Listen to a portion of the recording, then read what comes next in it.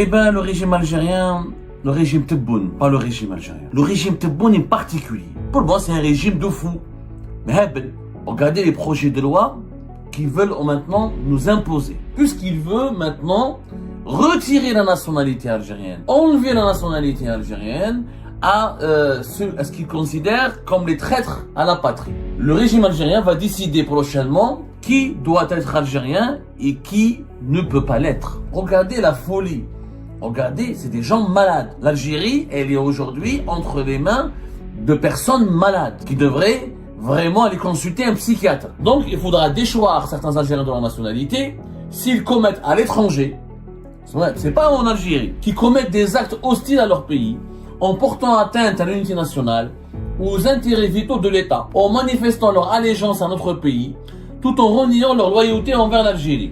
Si je dis à Tebboune, je ne suis pas d'accord avec ce que tu dis concernant l'intérêt fondamental de l'État, donc je suis traître. Donc si on n'est pas d'accord avec Tebboune, on devient traître. Donc vous voulez déchoir de leur nationalité les opposants à l'étranger, qui parlent et qui protestent. Le régime Tebboune a échoué à nous faire taire.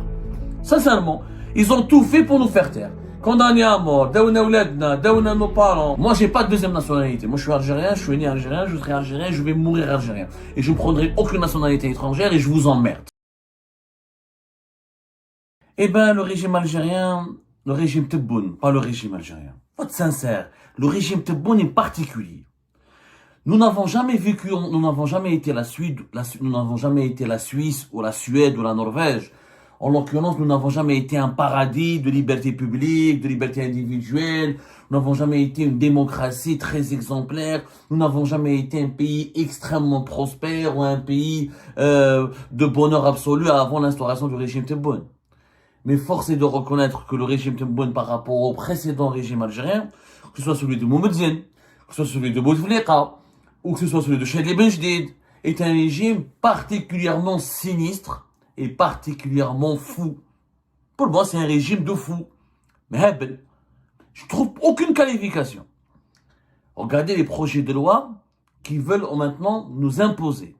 Le régime Tebboune, maintenant, après avoir emprisonné tout le monde, après avoir persécuté tout le monde, généraux, comme ancien premier ministre, comme ministre, comme opposant, comme journaliste indépendant, comme les Hirakis, etc.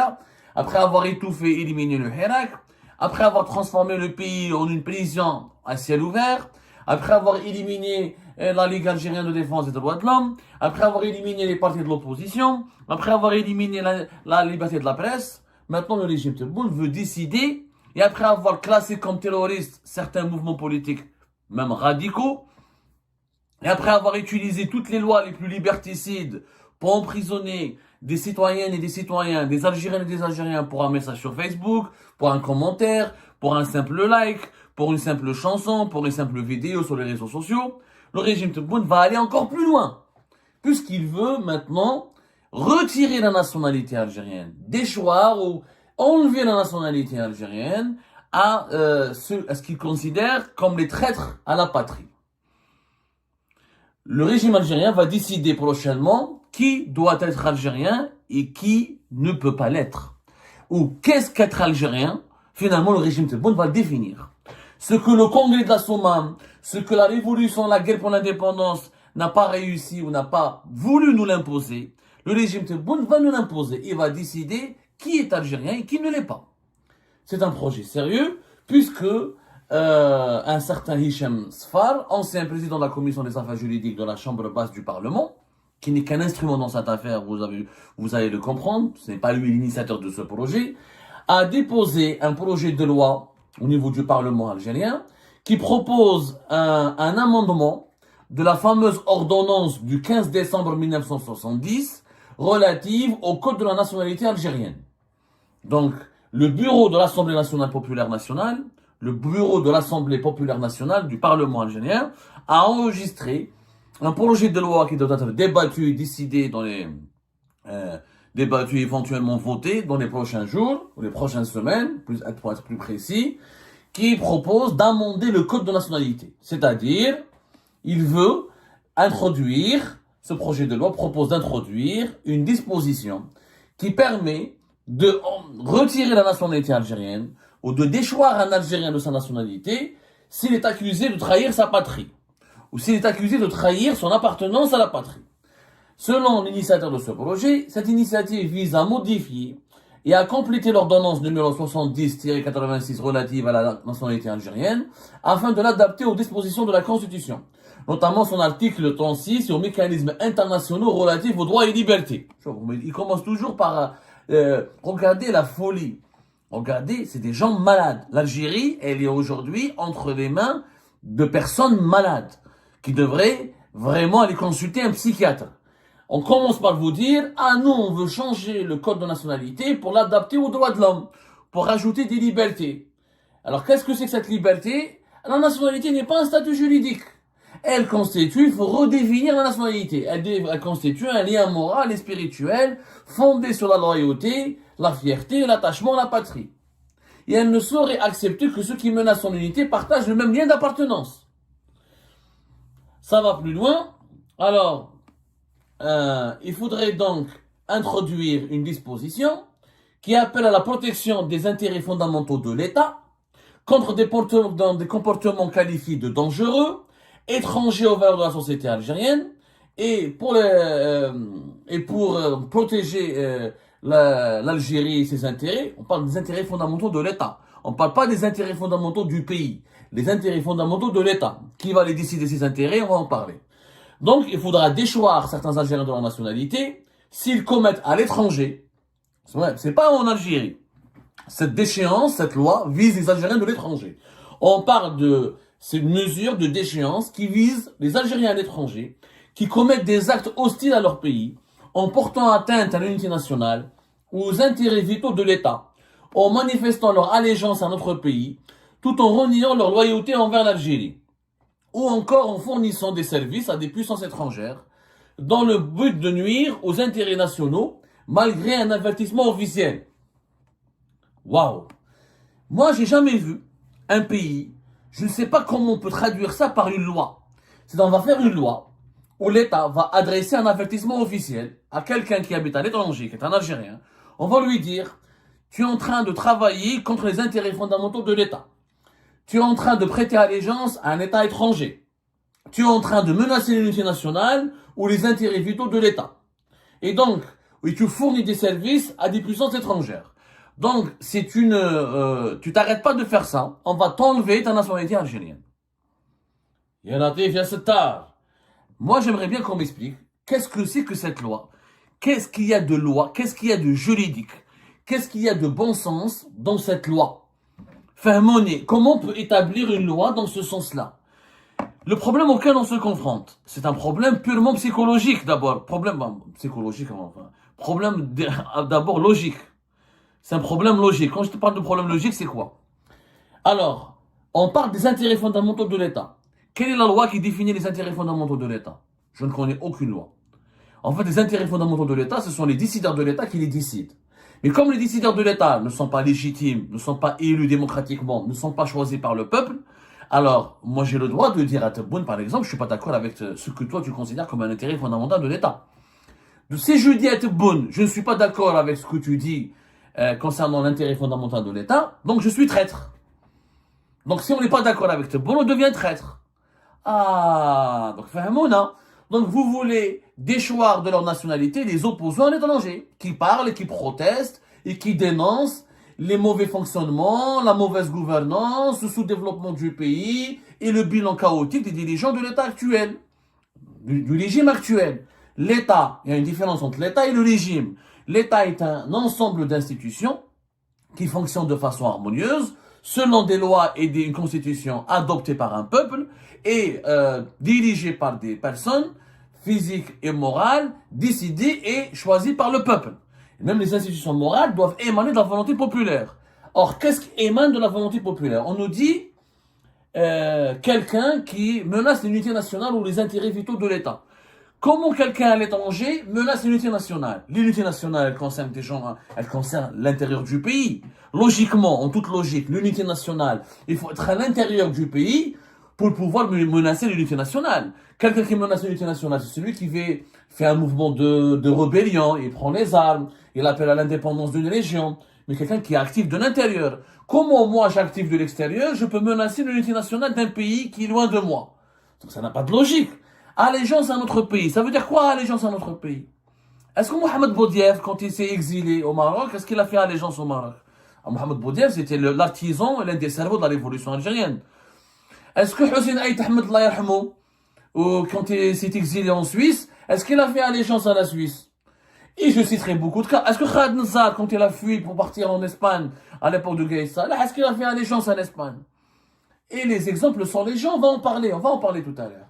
En réalité, ils veulent menacer les opposants à l'étranger, les diaboliser, ça n'a pas suffi, les condamner à la prison ferme, ça n'a pas suffi, lancer des mandats d'arrêt internationaux qui n'ont pas été reconnus parce qu'Interpol ne reconnaît pas les mandats d'arrêt basés sur des considérations politiques et sur des considérations idéologiques et sur des instrumentalisations politiques de la justice. Donc quand rien n'a marché pour les faire taire, ni la prise en otage de leur famille, ni la diabolisation par les outils de la propagande du régime algérien, ni les interdictions de rentrer chez eux, ni les menaces physiques, les agressions et les tentatives de meurtre qui ont été perpétrées à leur encontre à l'étranger, notamment sur le sol français, ni les tentatives de kidnapping ou d'enlèvement et de séquestration, ni rien n'a marché contre les opposants algériens basés à l'étranger. Basktouche, le régime Tebboune a échoué à nous faire taire. Sincèrement, ils ont tout fait pour nous faire taire. Condamnés à mort, daouna ouladna, daouna nos parents, ils ont voulu nous tuer en France, ils ont voulu nous assassiner, ils ont voulu lancer des postes judiciaires à l'étranger. Ils n'ont pas réussi à faire taire aux gens. Je ne me prononce pas sur la qualité de tout le monde. Il y a certes peut-être des opposants à l'étranger ou des activistes qui ont dérapé, qui ont dérivé, qui sont peut-être pas un exemple de vertu, qui sont peut-être pas des gens patriotes. Ça, c'est un jugement individuel. Chaque Algérienne et chaque Algérien a le droit ou peut faire sa propre opinion d'un activiste ou d'un journaliste qui est basé à l'étranger ou d'un opposant qui est basé à l'étranger. C'est à la société, c'est à la population algérienne de les juger. Ce n'est pas à l'État de décider est-ce qu'ils peuvent être algériens ou pas encore et de les déchoir de leur nationalité ou de leur retirer leur nationalité. Ça ne peut pas se faire et encore une fois, c'est contraire au droit international. Je rappelle que le droit international, il y a la Convention de 1961 sur la réduction des cas d'apatride qui limite fortement la possibilité de la déchéance de nationalité puisqu'un État ne peut pas retirer la nationalité à un individu, à un citoyen, à un ressortissant si cela conduit la personne à n'en avoir aucune. Tu ne peux pas enlever la nationalité à un ressortissant s'il n'a pas de double nationalité. C'est simple. Si Hicham Aboud n'a pas une double nationalité, tu peux pas lui enlever sa nationalité algérienne. Si Zeto a une deuxième nationalité britannique, tu peux lui enlever ta nationalité algérienne. Mais il faut que ça soit fortement encadré. Moi, j'ai pas de deuxième nationalité. Moi, je suis algérien, je suis né algérien, je serai algérien, je vais mourir algérien. Et je ne prendrai aucune nationalité étrangère et je vous emmerde. Je vais rester algérien jusqu'au bout, rien que pour vous emmerder. Vous ne pouvez pas m'enlever ma nationalité algérienne parce que je n'en aurai aucune. Donc là, le droit international vous empêche de transformer quelqu'un en apatride. Tu ne peux pas faire de quelqu'un un apatride. Tu n'as pas le droit. Le droit international empêche un État de faire cela. Même pour déchoir quelqu'un de sa nationalité, il y a des lois internationales qui limitent. Tu peux enlever la nationalité à quelqu'un qui a une double nationalité, qui a une triple nationalité. Oui, ça c'est possible. Mais il faut que ça soit justifié par des cas précis. La majorité des cas, c'est du terrorisme. Mais terrorisme médiatique ou intellectuel, le terrorisme politique utilisé par le régime Tebboune.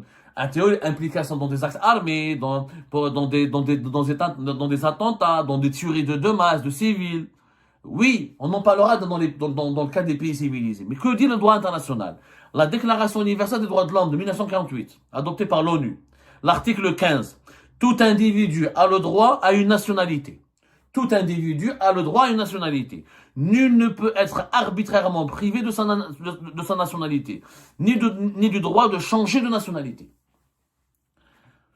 J'ai le droit de changer de nationalité, c'est un droit universel. Je suis algérien, demain j'ai pas envie d'être algérien. Mais l'Algérie n'a pas le droit de m'enlever ma nationalité, et elle n'a pas le droit de m'empêcher de changer de nationalité.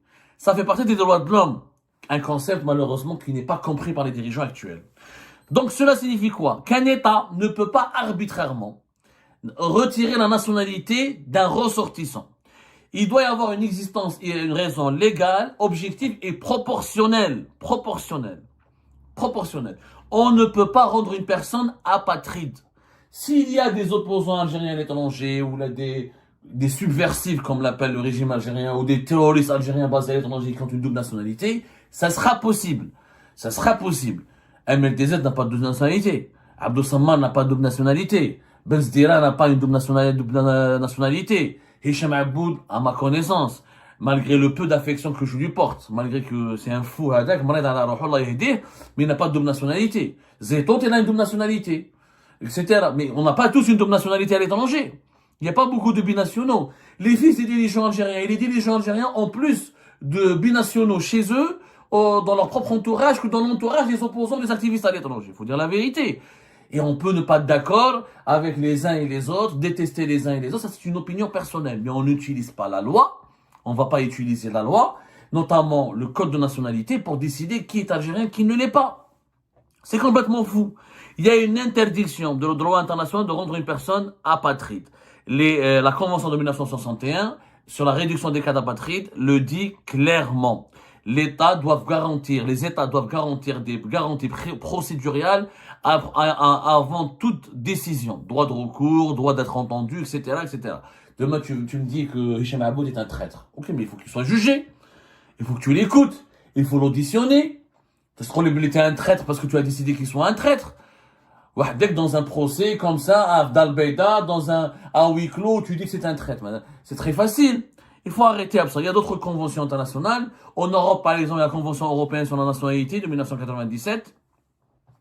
La perte de nationalité ne peut se produire que dans certains cas, comme la fraude ou un comportement gravement contraire aux intérêts de l'État.